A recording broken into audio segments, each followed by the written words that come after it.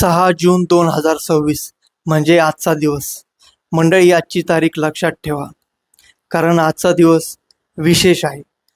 त्याचं कारण म्हणजे मागच्या 15-20 दिवसापासून ऑनलाईन चालत आलेलं आंदोलन कॉकरोच जनता पार्टी. हे आंदोलन आज रस्त्यावरती उतरलं आणि याला मोठ्या प्रमाणात युवकांचा, जेन झीचा प्रतिसाद मिळाला.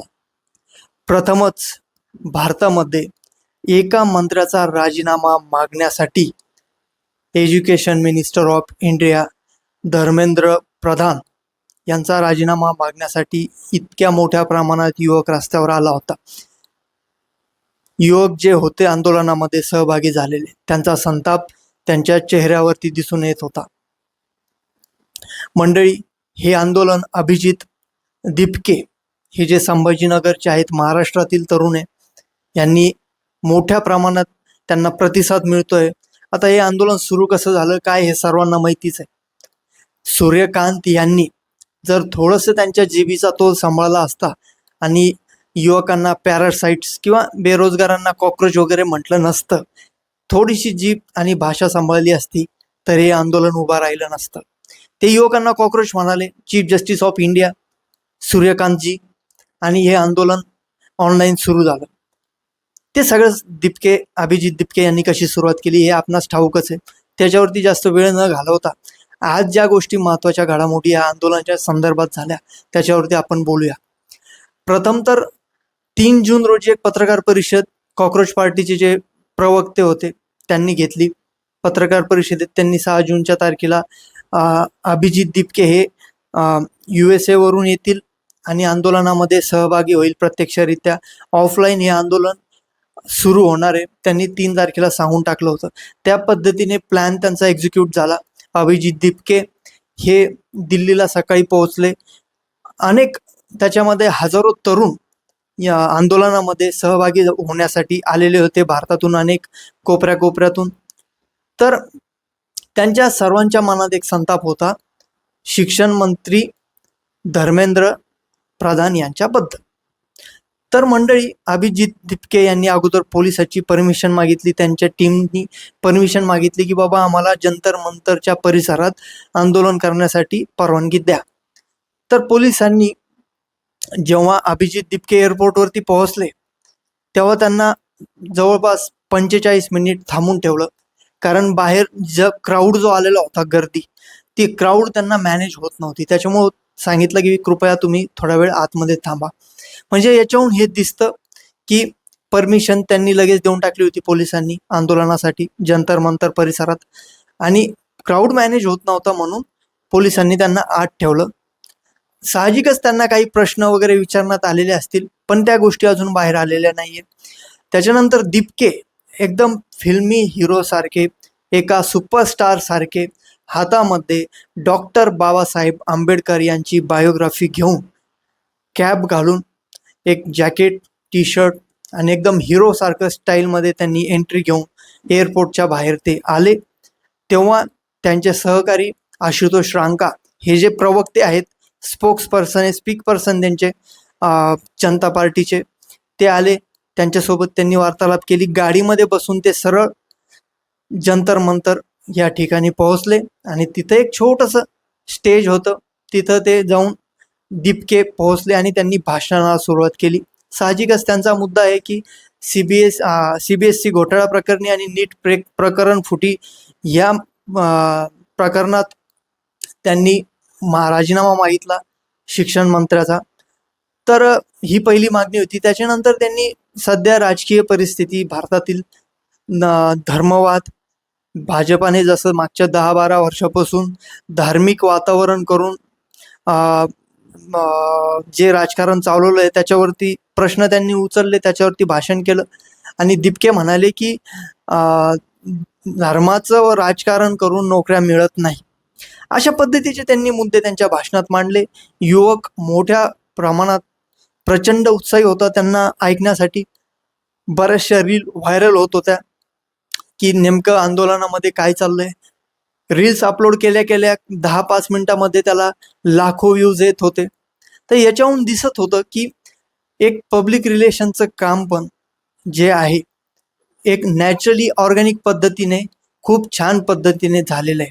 कारण सोशल मीडियाला चांगला प्रतिसाद, आणि जरी मेन स्ट्रीम मीडियामध्ये आज तक वगैरे जे गोदी मीडिया आपण म्हणतो त्यांनी यांच्या बातम्या दाखवल्या नाही हे नेमकं आंदोलन कसं चाललंय काय.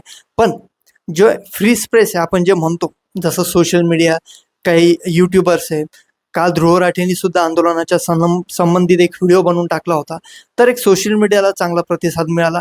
त्याच्यानंतर सोनम वांगचुक जे पर्यावरण प्रेमी आहे आणि समाज आपल्याला सोशल वर्कर ते म्हणता येईल, त्यांनी सुद्धा एक हातामध्ये पुस्तक घेऊन, गुलाबाचं फूल घेऊन आणि पांढरी शॉल घेऊन एक आंदोलनामध्ये एंट्री केली. त्याच्यातून हे दिसत होतं की एक शांतीचा संदेश, ज्या पद्धतीने गांधीजींनी आंदोलन केलं शांततेचा, अहिंसा ठेवून, त्याच पद्धतीने वांगचुक आणि अभिजित दिपके यांनी हे आंदोलन पुढे नेलं.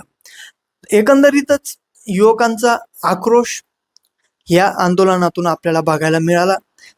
जवळपास 5 ते 6 विद्यार्थ्यांनी नीट पेपर फुटीच्या संबंधित जे काही हे मॅटर झालं त्याच्यामुळं आपला जीव गमावला.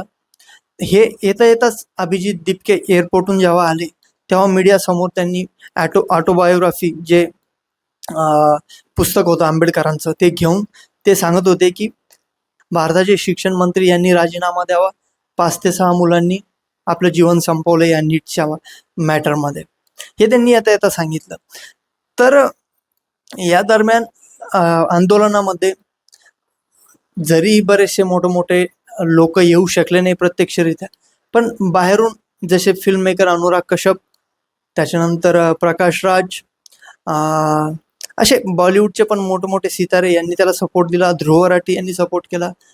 त्याच्यानंतर NDTV मध्ये जे रवीश कुमार होते ते आता युट्यूबर स्वतःचं चॅनल चालवतात, त्यांनी सुद्धा या माध्यमातून, युट्यूबच्या माध्यमातून एक पाठिंबा दिलेला आपल्याला दिसतोय.